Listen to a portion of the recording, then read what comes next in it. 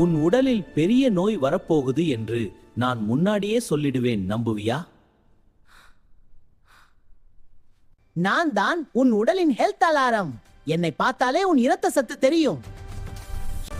கீரை கேரட் சாப்பிட்டா நான் பச்சையா ஜொலிப்பேன். இரும்பு சத்து குறைந்தா நான் வெளுத்து போயிடுவேன்.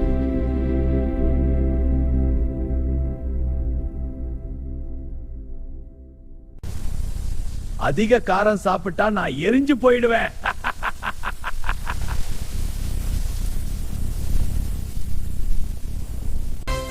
தயிர் சாப்பிட்டா நல்ல பாக்டீரியா அதிகரிக்கும். தண்ணீர் தான் என்னோட உயிர். புகையிலை மதுபானம் என்ன மெதுவா அழிக்கும்.